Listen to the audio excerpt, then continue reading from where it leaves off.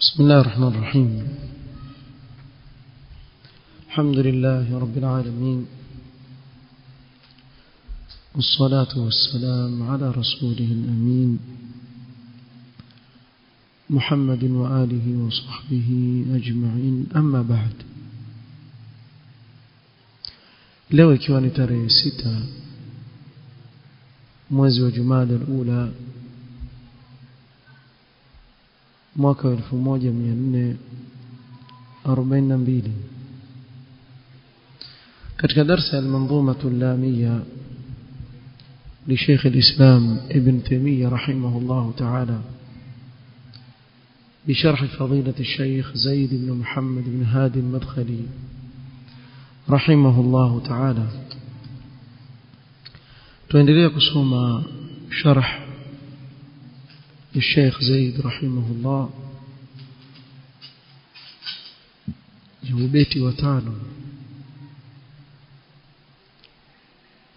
قال الشيخ الإسلام: وأقول في القرآن ما جاءت به آياته فهو القديم المنزل.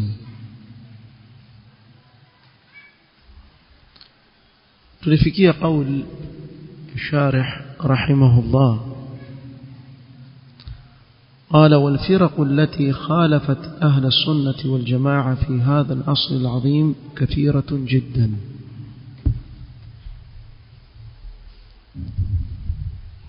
mapote yaliyowakhalifu ahli sunnati wal jamaa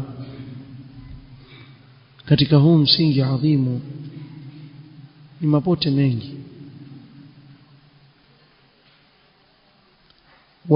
وبمعتقدات مختلفة، kila mmoja na itikadi tofauti na mwenzake. ولكن من أشهرها الفرق التالية.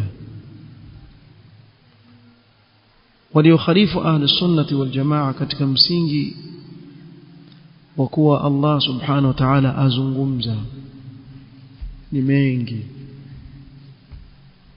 nazofikiria wamekhalifu katika lipi? Katika suala la sifa ya kalam, sifa ya kuzungumza kwa Allah subhanahu wa ta'ala. Miongoni mwa mapote ambayo ni mashuhuri zaidi, sema mashuhuri ama maarufu, sema hiyo yote sawa. Naam, yote sawa, si sawa. niwahi kueleza tofauti ya mashuhuri na maarufu. Maarufu ni katika khairi, yatokana na neno maarufu. So fulani ni maarufu akitajwa katika khairi, lakini katika shari wasema nini? Mashuhuri. Wasema mchezaji mashuhuri, si mchezaji maarufu. Fahamu? Mchezaji mashuhuri, sio mchezaji maarufu. Kwani kitu gani ambacho kizuri akifanya? Cheza mpira. Mchezaji mashuhuri, si maarufu. Kuna tofauti hapo. Maarufu ni katika khair, yatokana neno maarufu, jambo la khair zuri. Kwa katika mapote mashuhuri, maana yake yani ashari, ni haya yafuatayo.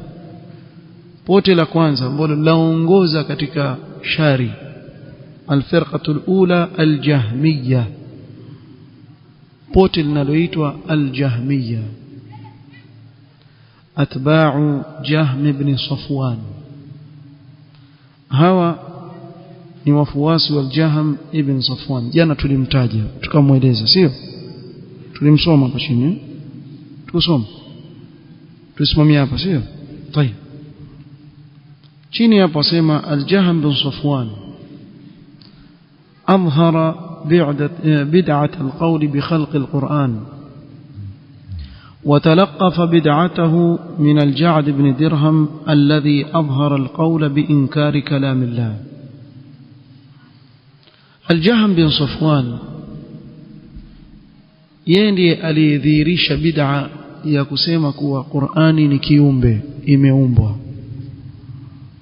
na bid'a yake ameichukua na kuikusanya kutoka kwa bwana mmoja aitwa al-Ja'd ibn Dirham, na huyu tuliwahi kumzungumzia huko nyuma. sio Al-Ja'd bin Dirham. Naam, na namna alivyochinjwa siku ya Eid al-Adha. Huyu alidhihirisha kauli ya kukanusha kuwa Allah azungumza, Ja'd bin Dirham. Jahm bin Safwan alikutana naye Al-Kufa, haithu laqiyahu bil-Kufati wa akhadhaha anhu. Alikutana naye Al-Kufa, Iraq, akachukua hii bid'a kutoka kwake. وعبر عن قول الجعد بقول آخر أراد به التمويه. na hivi ndivyo walivyo ahlul bid'ah. Alipochukua ile kauli, lakini yeye hakuidhihirisha kama vile alivyoidhihirisha Al-Ja'd bin Dirham, akatumia maneno mengine ili kukanganya watu wasijue kwa yeye itikadi yake ni kama yule. Walfikaki min sayfi almuslimin, na ili apate kujinasua kutoka katika upanga wa Uislamu, sababu wakati ule Uislamu ulikuwa na nguvu na ahli sunna walikuwa na nguvu na makhalifa walikuwa hawataki mchezo katika jambo la nini, aqida. Thumma nufiya ila Tirmidh, kisha akachukuliwa akapelekwa Tirmidh mashriq, وبقي إلى أن قتله بأصفهان وقيل بمرو سلم ابن أحوز. huyu mwisho akamuua Jahm bin Safwan. Asbahan ama Maru, sehemu moja katika hizo mbili. ونصبت هذه البدعة إليه, hii bid'a ya kusema kuwa Qur'an ni makhluq ikanasibishwa kwake. Kwa nini? لأنه اعتنى بنشرها بعد هلاك شيخه, sababu yeye ndiye aliyeshughulikia jambo la kuieneza hii bid'a baada ya kufa kwa shekhi wake. فلقب أصحاب هذا المذهب بالجهمية, wakapagazwa ili jina wafuasi wa madhehebu haya potofu wakaitwa al-Jahmiyya kwa sababu ni wafuasi wa Jahm ibn Safwan as-Sudusi. من أبرز عقائدهم, katika itikadi za al-Jahmiyya, miongoni mwa itikadi ambazo ziko wazi zaidi zinazojulikana zaidi, inkaruhum as-sifat wa ta'tiliha, kukanusha kwao sifa za Allah subhanahu wa ta'ala, wa ta'tiluha, kataa kabisa kuwa Allah hana sifa. بل الجهمية أسوأ من هذا, ينكرون الأسماء والصفات, وكتا مجينا نصفة الله جملة وتفصيلا. إنكارهم كلام الله سبحانه وتعالى كذلك katika itikadi yao wakataa kuwa Allah subhanahu wa ta'ala azungumza, ana sifa ya kuzungumza. إنكارهم لرؤية الله يوم القيامة, كذلك wao wakanusha kuwa Allah ataonekana siku ya kiyama, sima haonekani. قولهم أن الإيمان مجرد المعرفة, katika iman ni mujarrad mtu kumjua Allah basi. Kwa hivyo kwa Jahmiya kwao wasema kuwa Iblis ni mu'minun kamilul iman, mu'min Iblis. Kwa nini? لأنه عرف أن الله ربه, صاب إبليس اسمه قال ربي أنظرني إلى يوم يبعثون. كذلك فرعون كواون مؤمن كامل الإيمان. كونيني صاب آية وجحدوا بها واستيقنتها أنفسهم ظلما وعلوا, صاب معرفة شفت كان أمجوا الله بس كش أتينجي بيبوني. أعوذ بالله من هذا الكفر. Maona bid'a zawapeleka watu wapi? Huko ndiko zinapowapeleka kwenye kufuru. Na Jahm bin Safwan alikufurishwa kafir kwa itikadi chafu kama hizi alizokuwa nazo. Na nyinyi mwafikiri ameanza hivi hivi tu, ameanza ndogo ndogo tu, bid'a ndogo ndogo tu zikawa kubwa mpaka kafikia hapo. Yarauna anna al-insan laysa lahu fi'lun, bimaana wao nini, bal huwa majburun على فعله فهم جبرية في القدر. wao wasema kuwa binadamu hana kitendo yeye, bali amelazimishwa kwa kila anachokifanya. Kwa hiyo akifanya uchafu wake anaofanya amfanya kwa kulazimishwa, na akiwa mtu mwema basi mwema kwa kulazimishwa. kwa hivyo ghalau fi alqadar fi ithbat alqadar وغيرها من الأصول الفاسدة wana usul fasida nyingi sana اعتقادي chafu zao ni nyingi sana الجهمية والله المستعان hao ndio jahmia bwana ikiwa huwajui basi ushawajua na itikadi yao ndio hii na ili hawalikatai usifikirie wasingiziwa kwa nini hii ndio itikadi yao hata katika maneno yao na uzungumza ndio itikadi yao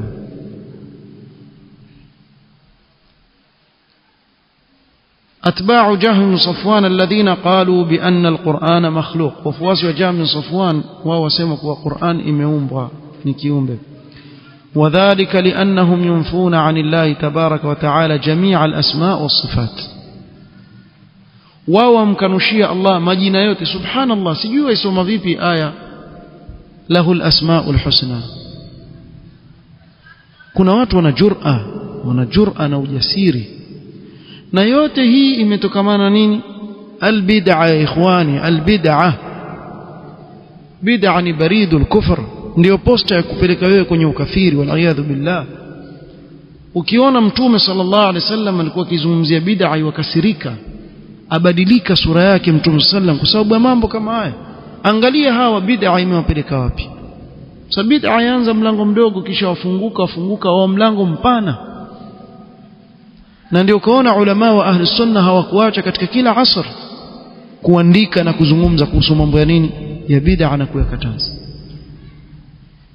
bid'a kitu kibaya sana wallahi champeleka mtu kwenye ghulu mpaka mwisho aingia kwenye kufuru wal billah leo namsikia mmoja khurafi katika maulidi katika hizo maulidi kila siku watu mpya kalikali azungumza kuhusu tafsiri ya inna fatahna laka fathan mubina liyaghfira laka Allahu ma taqaddama min dhanbika wa ma ta'akhkhara nasema hii aya watu wakipita juu tujifanye yeye wajua tafsiri ya ndani batinia akaja na tafsiri ambayo hakuna yoyote katika mwanachuoni ashawahi kuitoa yeye ndiye wa kwanza na basi wanavozungumza yani uzungumzo jifanye yani yuko sawa kabisa wasema azungumza na confidence kabisa kwa yeye iko sawa Mtume sallallahu hajafanya kosa lolote naam mitume wa Allah ni maasumin na القول الراجح العلماء وجمهور العلماء kuwa as-saghair waweza kuteleza kama mitume wa Allah waweza kuteleza katika saghair adh-dhunub na hum mfano wake katika Qur'an kwa mfano Nuh alayhi salatu wassalam akamwambia inna ibni min ahli wa inna wa'daka alhaq wa anta ahkum Allah subhanahu wa innahu laysa min ahlika innahu amalun ghayru salih fala tas'alni ma laysa laka bihi ilm inni a'idhuka an takuna qala rabbi inni a'udhu bika an as'alaka ma laysa li bihi ilm wa illa taghfir li bima'na fanin fanya kosa bali kabla ya utume waweza kukosea kama alivyokosea Musa alayhi salatu wassalam fastaghathahu alladhi min shi'atihi ala alladhi min 'adwi fawakazahu Musa faqadha alayhi hakukusudia akakosea hakukusudia kumuua yule bwana lakini akasema qala rabbi ighfirli Allah sema nini faghafara lahu Allah akamsamehe sababu hakukusudia Allah amwambia mtume wake liyaghfira laka Allahu hii ni fadhila kubwa Allah subhanahu wa ta'ala amempa mtume Muhammad sallallahu alaihi wasallam ma taqaddama min dhanbika wa ma ta'akhkhara asema hapa mtume sallallahu hafanyi dhambi kabisa sema sawa hii aya kusudia umma wake ndio washasamehewa madhambi yaliyopita na atakayokuja jamani masufi mtaua watu nyinyi kwa madhambi nyinyi jamaa wenyewe ndio bala wenyewe hao mnaokaa nao kwenye maulidi wengi ni wahuni wala jimarungi nini waja huko tu pita wakumu sio atasema sisi tushasamehewa madhambi yaliyopita na atakayokuja kuna wasiwasi gani ushasamehewa bwana ushaisikia tafsiri hiyo maisha yako kwa mwana wa chuoni gani wa tafsiri alifasiri nenda kapekue vitabu vyote vya tafsiri uone yupi antafsiri hivyo kwa hapa wanaokusudiwa ni umma wake si yeye kwa kuna tafsiri kinyume na vile inavyoeleweka Qur'an. Mashaallah, yote yatokana na hizo bid'a mnazozua, mwisho zawapelekea kuzua katika kila jambo. Leo kumetoka kasida mpya wasema tukuomba shafaa. Umuomba nani? Mtume sallallahu alayhi wasallam. Hadha shirkun akbar. Anayemiliki shafaa nani? Ni Allah subhanahu wa ta'ala. Qul lillahi ash-shafa'atu jami'a. Hii aya mtakwenda nayo wapi? Qul lillahi ash-shafa'atu jami'a. Shafaa yote anayemiliki ni Allah subhanahu wa ta'ala, na hakuna yeyote anayeweza kukuombea wewe shafaa bila idhni ya Allah. Man dha alladhi yashfa'u 'indahu illa biidhni. Ayatul Kursi ama hamuisome kila siku? Umesoma wapi Ayatul Kursi? Muisoma man dha alladhi yashfa'u 'indahu illa biidhnihi. Hakuna yaweza kuomba shafaa isipokuwa kwa idhni yake Allah. Mpaka mtume wetu sallallahu alaihi wasallam siku ya kiyama katika hadithi ya shafaa kuwa atakaposema ana laha faati faasjud tahta al-arsh, atasujudu kisha amsifu Allah mpaka ambiwe nini? Irfa' ra'sak washfa' tushaffa', mpaka ruhusa ije ya Allah subhanahu wa ta'ala. Wala yashfa'una illa liman irtada, na pia akipewa ruhusa ya shafaa hawaombei shafaa isipokuwa wale ambao Allah atawaridhia. Yawma idhin la tanfa'u ash-shafa'atu illa man adhina lahu ar-rahman wa radiya lahu qawla. Hii ndio Qur'an. Hii ndio huambia jamaa husoma Qur'ani hawa. Qur'ani ipi wanaisoma wao hawa? Walingania watu katika ushirikina. Yote nini hii? Bid'a. Kisha sema pale, wajua mtume ndio anayemiliki funguo za kuingia peponi. Inna lillahi wa inna ilayhi raji'un. Mtume Muhammad sallallahu alayhi wa ala alihi wasallam hutomnyanyua daraja wewe kwa kufanya ghulu, wakati Allah ashampa utukufu aliyompa yeye mwenyewe. Awaambia masahaba, hakuna yeyote atakayeingia peponi kwa amali yake. Wala anta ya Rasulullah, qala wala ana, hata mimi sitoingia peponi kwa amali yangu, illa an yataghammadani Allah birahmatin minhu wa fadl, isipokuwa Allah akinifunika kwa rehema zake na fadhila zake. Allah atakaponirehemu na kunipa fadhila zake ataniingiza peponi. Anaingiza watu peponi na motoni, hukumu hiyo iko kwa nani? Kwa Allah subhanahu wa ta'ala peke yake. Ingelikuwa iko katika mikono yake sallallahu alaihi wasallam, basi angemuingiza Abu Talib ndani ya pepo, ammi yake Abu Talib, yenda motoni khalidan mukhalladan fiha. Subhanallah, yani ghulu ila hadha alhad. Kisha basi uzungumza alafu na madharau kweli kweli. Wajua ambao hawakusoma lugha ya Kiarabu, lugha mwajua nyinyi jamaa na taabu khurafi. Yote ni nini? Bid'a. Yote bid'a hizo zawapeleka watu huko. ولو أنهم إذ ظلموا أنفسهم وسما جاءوك فاستغفروا الله واستغفر لهم الرسول لوجدوا الله توابا رحيما. سما هي آية si aya yatakana si katika uhai pekee yake. Hao wajua hawakusoma lugha hawa, hawa wasema ni wakati ule. Wajua kuna kitu ambacho cha tofautiana nyinyi na watu wa sunna. Ibn Abdul Hadi rahimahullah akimrudi Subki fi Sarim al-Munki fi ar-radd ala Subki, kitabu kizuri sana. Katika yale aliyomrudi moja ni hili, na hujja aliyosimama nayo ni fahamu salaf. Hii aya kwani masahaba hawakuisoma? Hebu leteni ushahidi kwa masahaba walikwenda kumwambia Rasulullah tuombee istighfar ya Rasulullah baada ya kufa Mtume sallallahu alaihi wasallam. Katika uhai wake walikuwa wakija,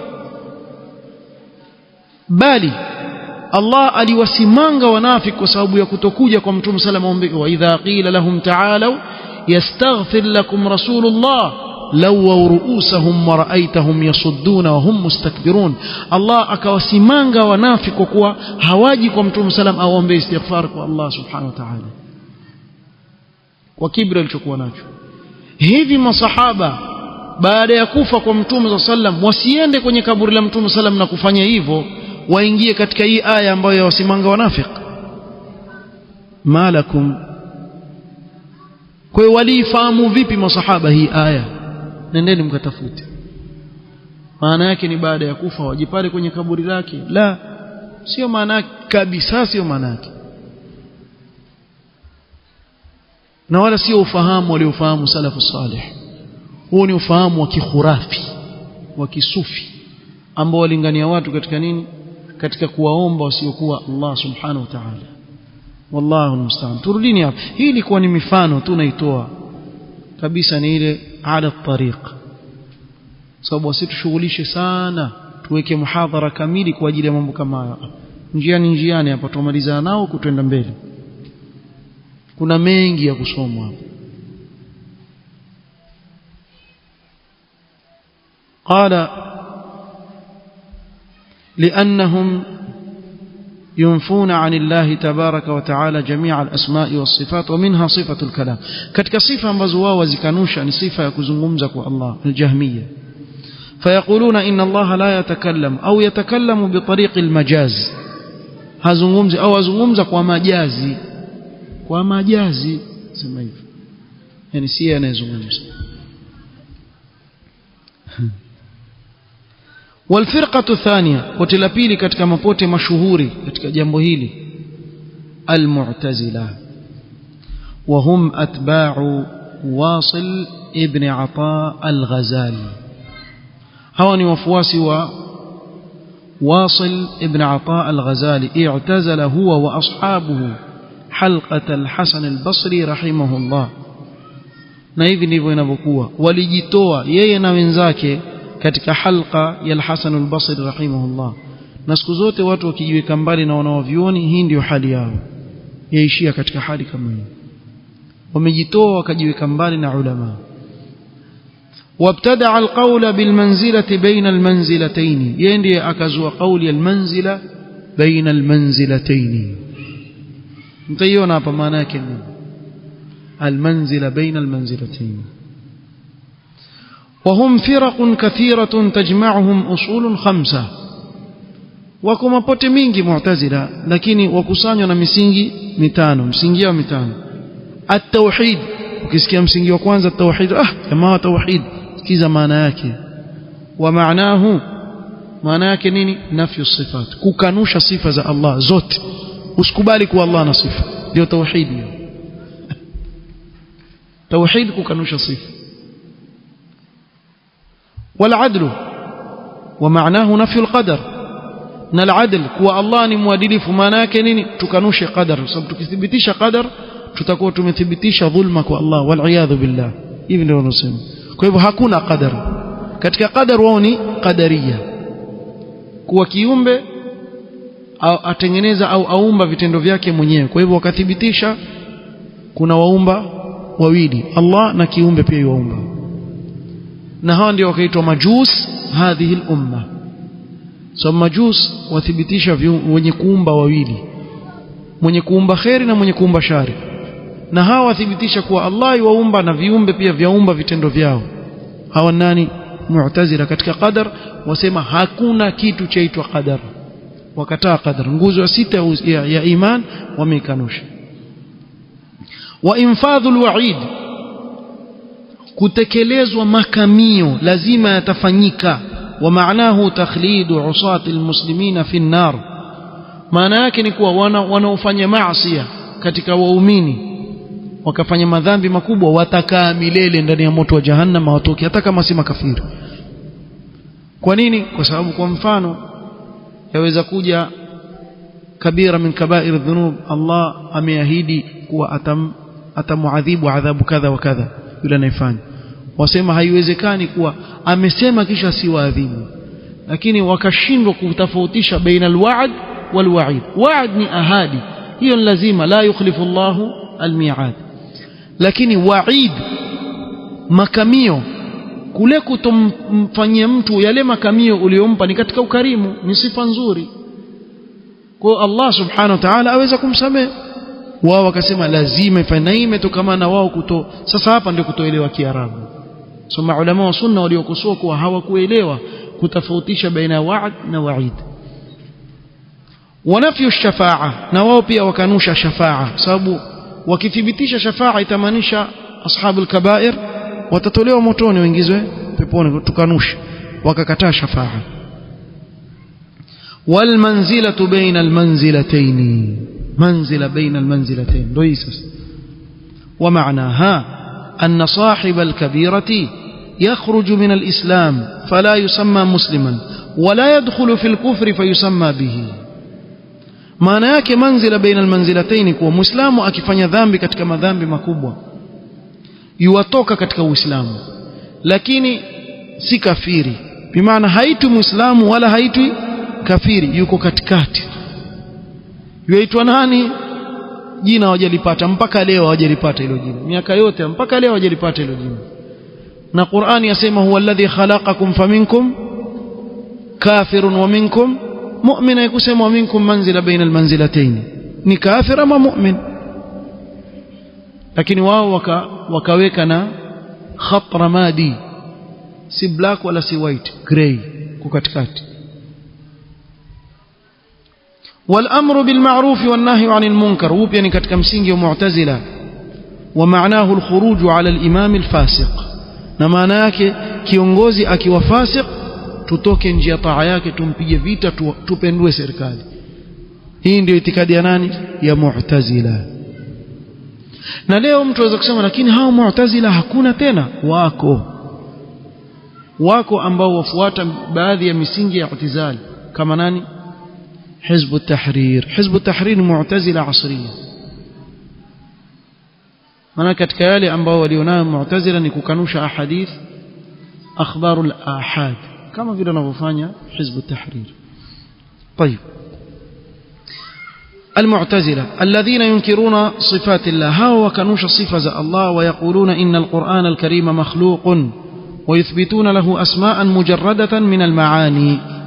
hawa tofauti yao na Jahmiya ni kuwa wao wathibitisha majina, lakini majina yasokuwa na maana, majina tu hayana maana.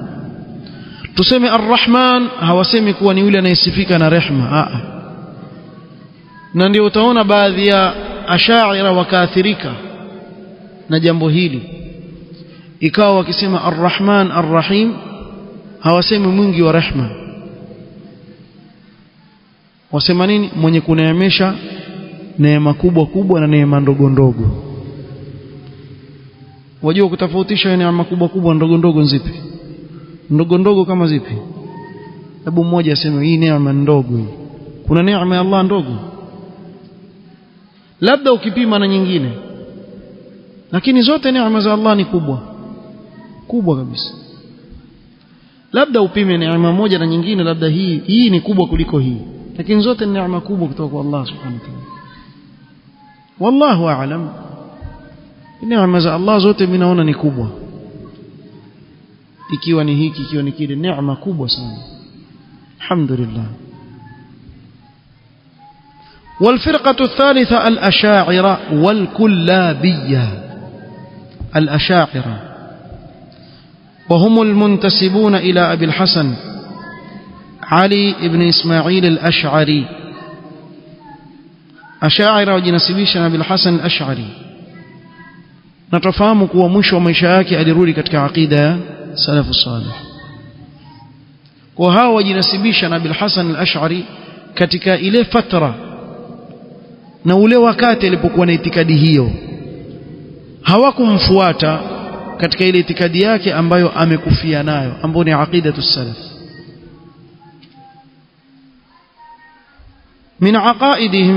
من عقائدهم إثبات الأسماء الحسنى، katika itikadi yao wathibitisha majina mazuri. Amma sifat fahum yuthbituna 7 faqat,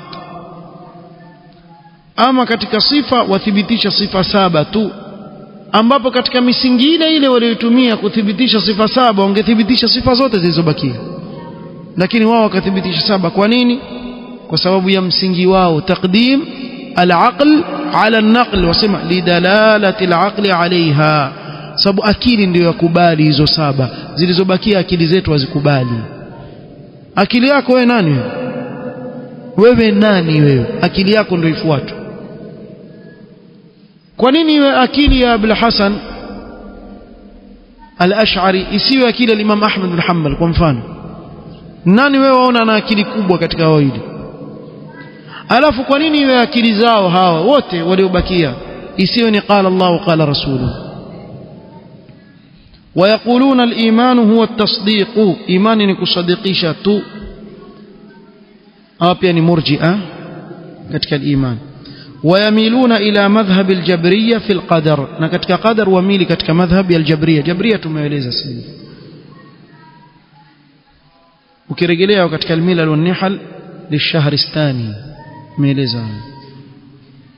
والكلابية وهم أتباع عبد الله بن سعيد ابن كلاب البصري. na wewe angalia vizuri hizi bid'a hizi utasikia Basri, Kufi, Tirmidhi, wapi, hutasikia Madina, na mara nyingi usikie Madina na Makka. So pale palibakia hasa zile bid'a za mwanzo, masahaba walikuwepo pale, palibakia muda mrefu zaidi. Kwa hiyo kuzuka bid'a kama hizi zilikuwa zikigongwa pale pale, lakini hao watu wa miji ya huko ndio wakazuazua. kana yuthbitu al-asma' was-sifat لكنه ينفي بعض الصفات الفعلية ويجعلها ذاتية. huyu alikuwa akithibitisha majina na sifa, lakini akanusha baadhi ya sifa za vitendo za Allah subhanahu wa ta'ala, azijalia ni sifa za nini? Za dhati yake. kwa mfano mithlu sifati al-kalam war-ridha was-sakhat wa nahwiha, mfano wa sifa ya kuzungumza na kuridhia na kukasirika na mfano wake. وبقول إن الإيمان هو الإقرار بالله عز وجل وبكتبه وبرسله إذا كان ذلك عن معرفة وتصديق بالقلب. فهو بارو يرجل يكون ينين المعرفة والتصديق كتك مسألة إيمان. والحمد لله على نعمة الإسلام والسنة. والفرقة الثالثة الأشاعرة والكلابية الذين يقولون إن القرآن العربي ليس هو كلام الله، وسمي قرآنية لغة كرب سمنين يا الله، وإنما كلامه المعنى القائم بذاته. الله منين yake ni maana iliyosimama na dhati yake, bimaana wao wathibitisha lakini iko ndani ya dhati yake Allah subhanahu wa ta'ala, hazungumzi. والقرآن العربي خلق ليدل على ذلك المعنى، na Qur'ani kwa lugha Kiarabu ni kiumbe kilichoumbwa ili kueleza maana ya yale maneno yaliyokuwa katika dhati ya Allah subhanahu wa ta'ala. ya nini taklifi yote hii? وكذلك يقولون هو عبارة عن كلام الله كما قالت الأشاعرة، وسميني عبارة maneno ya Allah, بمعنى sio maneno ya Allah yenyewe, haya yaeleza maneno ya Allah. umeelewa? kama vile astaghfirullah sallallahu alaihi wasallam, kama vile mtu aishirie kisha mwingine azungumze. kwa hivyo huyu waeleza yale ambayo yakusudia wao, ndio anachokusudia wao. au hikayatun an kalami Allah azza wa jalla kama qalat al-kullabiyya, na wote warejelea katika maana moja, ni hikaya ya maneno ya Allah subhanahu wa ta'ala, sio maneno yenyewe. حيث يلزم من هذا القول أن الرسول صلى الله عليه وسلم لم يبلغ كلام الله. هي لازم kuwa mtume صلى الله عليه وسلم hakufikisha maneno ya Allah, وإنما بلغ ما يدل عليه، amefikisha kile kinachodalilisha maneno ya Allah subhanahu, si maneno ya Allah. وما هو حكاية عنه، ni hikaya ya maneno ya Allah, si maneno ya Allah. hao wote wasema maneno kama haya. وغيرها من المقالات الباطلة، منgineo katika maneno ya batil na itikadi za batil. كقول بعضهم بأن الله خلقه في شيء فأخذه جبريل من ذلك الشيء، wengine wasema maneno ya Allah yameumbwa katika kitu, kisha hicho kitu hicho Jibril ndio akawa yenda kuyachukua yale maneno kutoka katika hicho kitu. au anna Jibril akhadhahu min al-lawh al-mahfuz, na hii ndio mara nyingi sisi hapo fundishwa hivi. kuwa Qur'ani iliteremka jumla yote katika Lauhul Mahfudh, kisha akawa Jibril enda kwenye Lauhul Mahfudh ichukua. Kumbe hujui wewe kwa kuitakidi hivyo wa khalifu itikadi ya salafu salih. Jibril alisikia moja kwa moja, pamoja na kuwa Qur'an iko katika Lauhul Mahfudh, si ati haiko, lakini haya maneno Jibril aliyapokea moja kwa moja kutoka kwa Allah subhanahu wa ta'ala. Ndio kuona ijaza za ahlul bid'ah za Qur'an an fulan ikifika kwa an Jibril kisha enda kwa nani? Anil Lauhul Mahfudh, haiendi kwa anillah, sababu watakukanusha kuwa Allah ndiye alizungumza yale maneno. Anil Lauhul Mahfudh yaishi hapo. Alafu yani Jibril alikuwa akienda kwenye Lauhul Mahfudh akitukua akileta, chukua kileta, si kutoka kwa Allah. Bimaana hakuyasikia yale maneno kwa Allah, la, bali aliyasikia moja kwa moja kwa Allah, pamoja na kuwa Qur'ani iko katika Lauhul Mahfudh, iko pia katika Lauhul Mahfudh. وقولهم بأنه من كلام جبريل أو من كلام محمد صلى الله عليه وسلم، na wengine wasema ni maneno ya Jibril, maneno ya Muhammad. Ukisema ni maneno ya Jibril, nisba hiyo ni kwa sababu yeye aliteremsha wahi, na nisba kwa Mtume Muhammad sallallahu alaihi wasallam kwa sababu yeye ndiye alifikisha ujumbe kwa watu, na hili tulizungumza kwa nyuma. وقولهم إن القرآن كلام الله لا حرف ولا صوت ونحو ذلك، wengine wakajikalifisha maneno ya Allah, lakini maneno ya Allah bila herufi bila sauti. Nini sasa? Musa alizungumza vipi na Allah? Idh nadahu rabbuhu, na nidaa ya vipi? Kwa sauti, kwa sauti na herufi kama ilivyoandikwa Qur'an.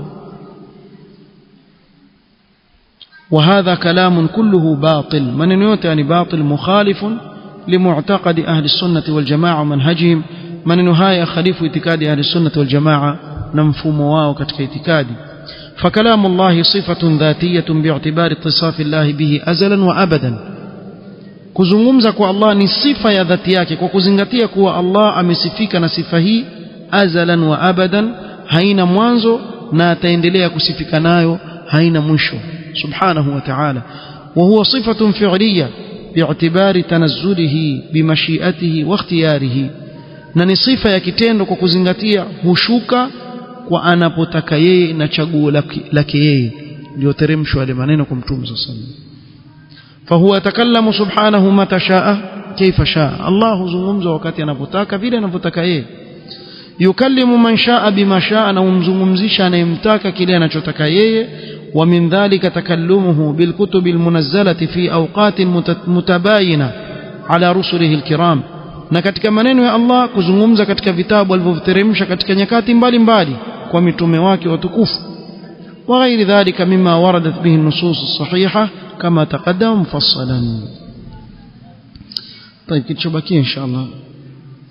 فالقرآن الكريم من جملة كلام الله حقيقة، tumalizia katika kikao kitakachokuja mpaka mwisho wa maelezo ya ubeti huu. Subhanakallahumma hamdika ashhadu an la ilaha illa anta astaghfiruka wa atubu ilaik. Barakallahu fik.